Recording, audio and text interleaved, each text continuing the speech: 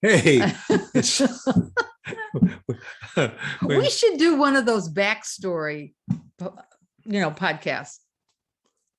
What we talk about right before we go on, or what we're disagreeing about or arguing about right before we go on, or the jokes that you crack. Hey, everybody. Sorry. How are you? Welcome to Opposite Saxes. yeah. Well, welcome. We're just having a little discussion here, and you're more than welcome to eavesdrop if you'd like. It's Thursday, 1:00. Oh my, time flies. Yeah, another edition of Opposite Saxes. That's it. I don't know why I got this extra picture on the screen, so we'll get rid of that one. But have you been there the whole time? No, trust me. I think. Yeah, right. Anyway, we hope you're having a good time. We're glad you're with us, and thank you for all the comments that come in. Right after the shows, and sometime even during the week, people go and to the website. People have been very complimentary and very sweet. We appreciate it. Just in case you don't know, this is not the only show that at least I do.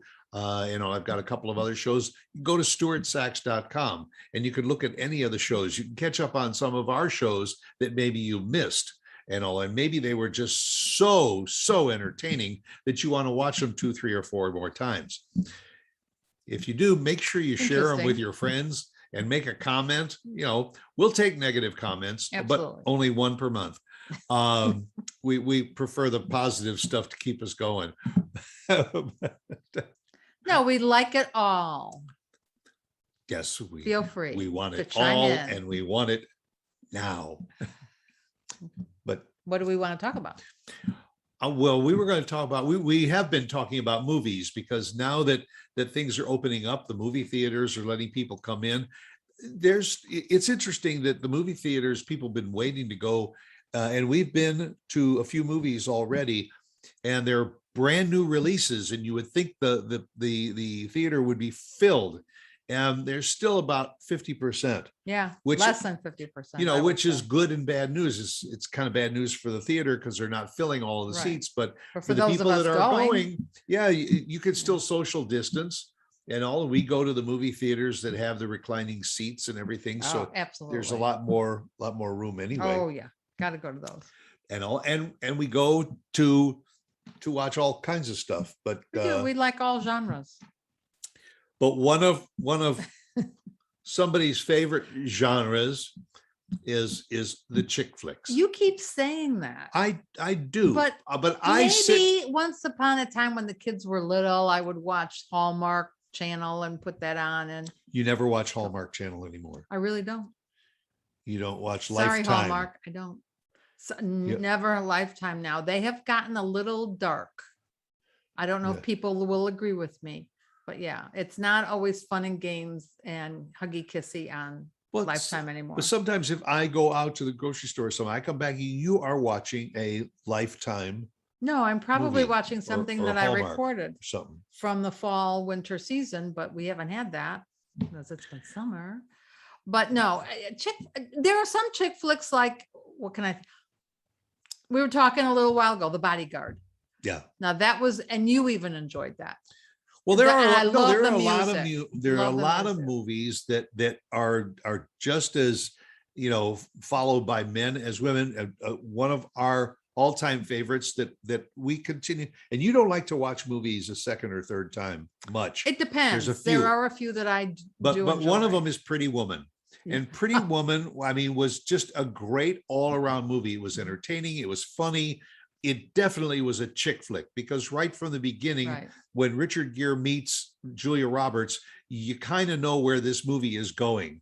And that's what, to me, kind of determines what a chick flick is when you get part the way into the movie and you pretty much know that boy meets girl, girl meets boy, girl falls in love with boy, and vice versa, and they're going to live happily ever after. Like Dirty Dancing. Good Flashdance.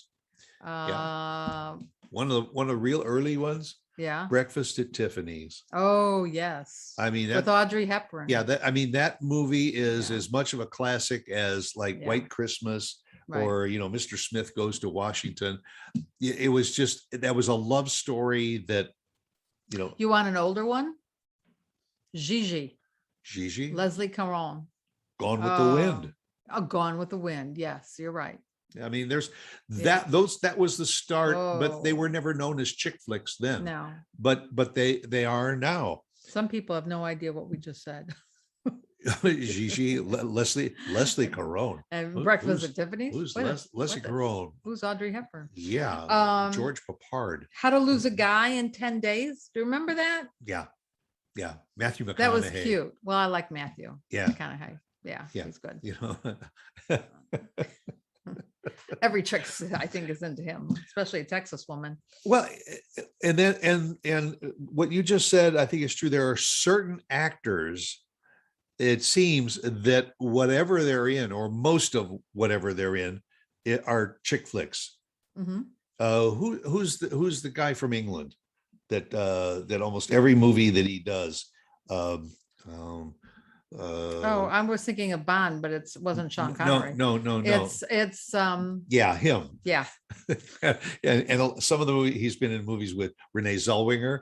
He's very good looking. Hugh Gray. Grant.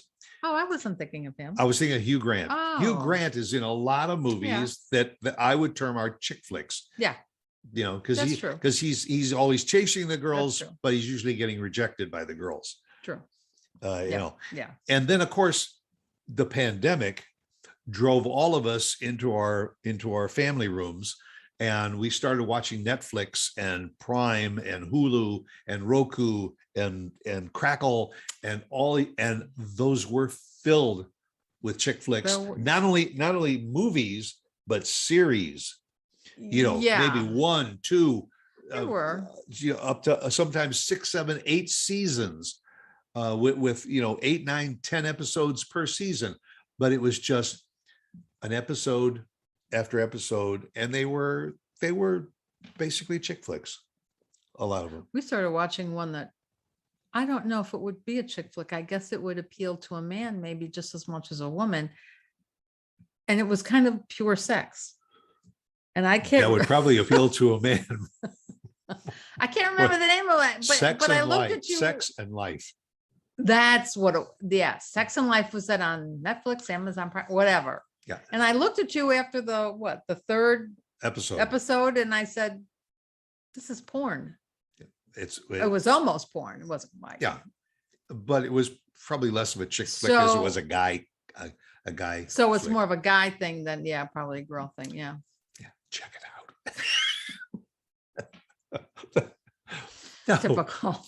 but having said that, a lot of those series, Virgin River, Virgin River was great huge. series, and that Yes. was an interaction. That's definitely a chick flick. Let me go back to even to TV.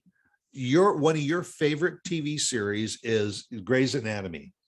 And I have mentioned to you that in the early years of Grey's Anatomy, it was a lot about the hospital and the patients and the operations and everything. now- And now almost every episode is about the interactions between the doctors and the nurses. Yeah, but how and- long has it been on? 13, 15 years? Well, I have, mean, have they run out of patience? and no, but I think they run out of diseases, or they feel that they have to bring in that love interest and show what's going on behind the scenes, because that's what most people want to see. That's what brings in the ratings. Well, that's right. Yeah. And Yeah. and that's why even if you go to see a war movie, there is usually some steamy love scenes that are Not all. that are intertwined into there, because the guy goes off to war and he either meets somebody, overseas, or he's thinking about when he was at home in bed with his wife. And so they interject that scene in there. No, I'm serious. There are a that a few of lot those, of but- movies, even if they are thrillers or they are just romantic comedies or something, it seems that if there isn't an element of sex in there, that it may not even That's play. right. That's right. I have to agree with you, unfortunately, but then there are some other, getting off the the girl chick flicks, and going into documentaries or the war or true stories, biographies.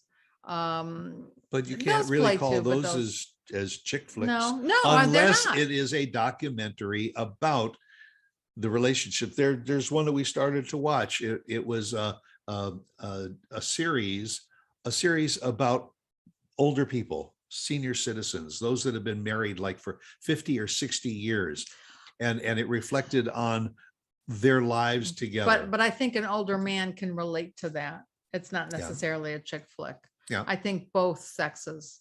And that's why I think that one has done so well in the ratings. Yeah. Um, And I mean, what other chick flicks? oh, you got Mystic Pizza. Mystic Pizza. Yeah. I mean, that was sure. Yeah. And a lot of it is about a girl who pursues a guy that she probably doesn't think she can get. Right. And then at the end of the movie, she gets him. I know. J-Lo in The Wedding Planner. The Wedding Planner. The Proposal. Yep. With Sandra Bullock. You've Got Mail. You've Got Mail. With Yes. Tom Hanks and Meg Ryan. Yes, definitely. Yeah. Definitely. And what was the other? Sleepless in Seattle. Again, with wait a minute. That's Sleepless in Seattle. You've Got Mail. No, You've Got Mail was Tom Hanks and Meg Ryan. And also Sleepless in Seattle was the same Yeah. matchup. And there was basically a similar story. It was. You know, of running up after each other. It was. But I think you were talking about watching everything during the pandemic, and I think you got to have those sweet, light stories. It's an escape. Yes, during a tough time like a pandemic, as opposed to a war movie or a divorce, or who shot who. Well, I mean, if you want depressing movies, they're out there too. But yeah. I think that life is depressing enough. That you're right. That when we sit down and we want to watch a movie, sometimes I'll say, "What do you want to watch?" And we'll say a comedy. Yeah. I'm ready to laugh. I want to get away. But the seasons have their genres. Like you will start to see now the Christmas shows and the New Year shows, and so that might be more chick flick oriented. Yeah. Past that, then maybe you'll get into some heavier pieces. I mean, and chick flicks don't necessarily have to be serious. I mean, you got the First Wives Club. That was a great movie, which I thoroughly enjoyed, but that was pretty much a chick flick with Bette Midler and Diane Keaton and Goldie Hawn. Yeah. Oh, the three of them that just interacted with each other so well. But I think a chick flick is usually light. I was going to say funny, but Dirty Dancing wasn't really funny. It had its funny moments. Yeah. Well, and they can go either way. And another one that I'm not so sure that it qualifies as a chick flick. It probably is, but Thelma and Louise, one of my all-time favorites. Yeah. With Susan Sarandon and Gina Davis. And that, by the way, I think was Brad Pitt's entry into films.